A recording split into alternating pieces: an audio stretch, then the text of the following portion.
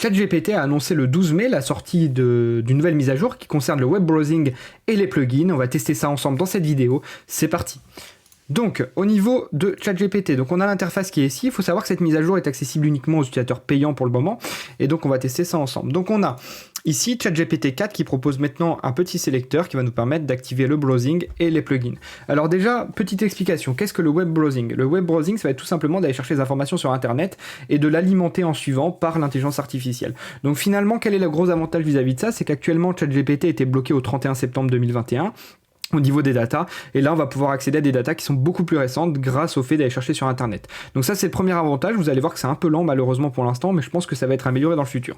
Ensuite on a les plugins qui eux sont créés par des third parties, donc des sites tiers, qui vont permettre d'appeler leur API pour obtenir des datas. Par exemple je prends l'exemple de Kayak, on va faire l'exemple tout à l'heure, si je demande à Kayak de rechercher un vol le moins cher pour telle direction à telle date, il va me proposer un vol à cette date, et ensuite me proposer un lien directement vers la réservation.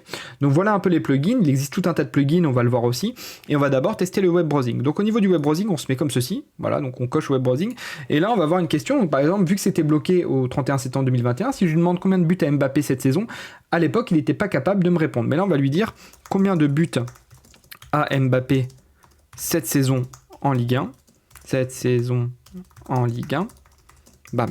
Donc là, vous allez voir comment ça va marcher.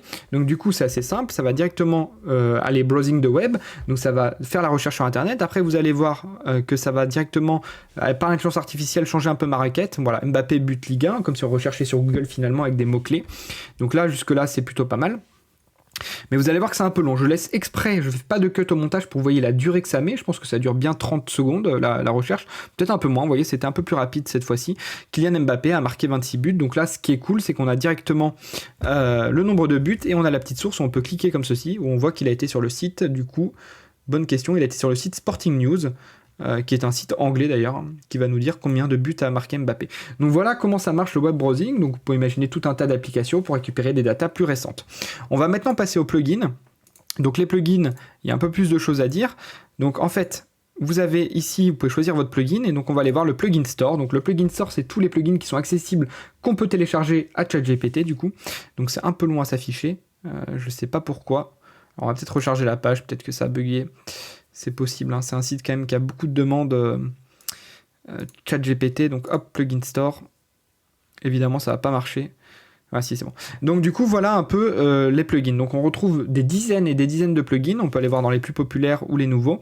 Et en fait, ces plugins, on va pouvoir interroger en fonction de ce que propose le site. Par exemple, Zapier, on va pouvoir lui dire, tiens, fais-moi une connexion entre Google et Outlook pour récupérer mes événements à telle date ou telle date. Ce qui est cool, c'est que ça va vous faire le paramétrage direct. Après, vous cliquez sur un lien. Et ça vous le fait. Ensuite, on a pas mal de choses comme Expedia pour les hôtels, pour les voyages, on a Kayak pour les vols. On va essayer Kayak parce que j'aime bien l'exemple. Et on en a vraiment beaucoup. Donc, on peut aller voir directement sur le store. Hein. Il y a vraiment tout un tas de choses qui existent. Donc, au niveau de Kayak, donc après, on sélectionne notre plugin. On peut en sélectionner plusieurs à la fois si on veut. Et là, on va lui dire, trouve-moi le vol le moins cher. Le moins cher pour Bordeaux, pour Dublin, depuis Bordeaux, en juin.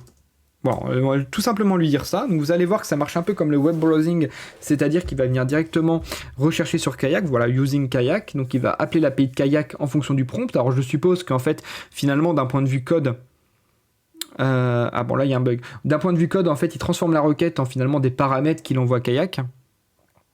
Les dates de retour, peu importe les dates. Un vol, je vais mettre un vol à moins de 100 € en juin pour Dublin depuis l'aéroport de Bordeaux-Mérignac. On va recommencer le prompt. Parfois c'est un peu capricieux au niveau des prompts, hein. Ça permet aussi de voir là, donc toujours pas de cut au montage, ça permet de voir un peu la durée que met une requête et ce qu'on peut avoir. Là on a vraiment un test réel du truc.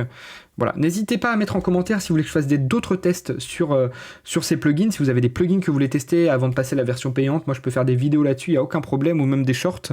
Donc voilà. Donc là pareil, il va venir tout simplement utiliser Kayak pour avoir la réponse à la question.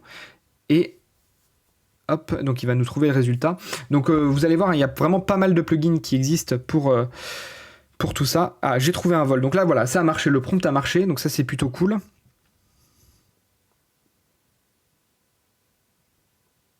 27 juin, et le prix le plus bas est de 46$. Donc là, il m'a trouvé le vol, le prix le plus bas à 46$, et vous allez voir qu'il va proposer tout simplement un lien pour aller directement réserver. Voilà, Kayak Flight Bordeaux-Dublin 2023 06-21, 2023 06-27. Donc là, il va tout simplement un lien pour réserver le vol. On va voir directement ce qu'il me propose.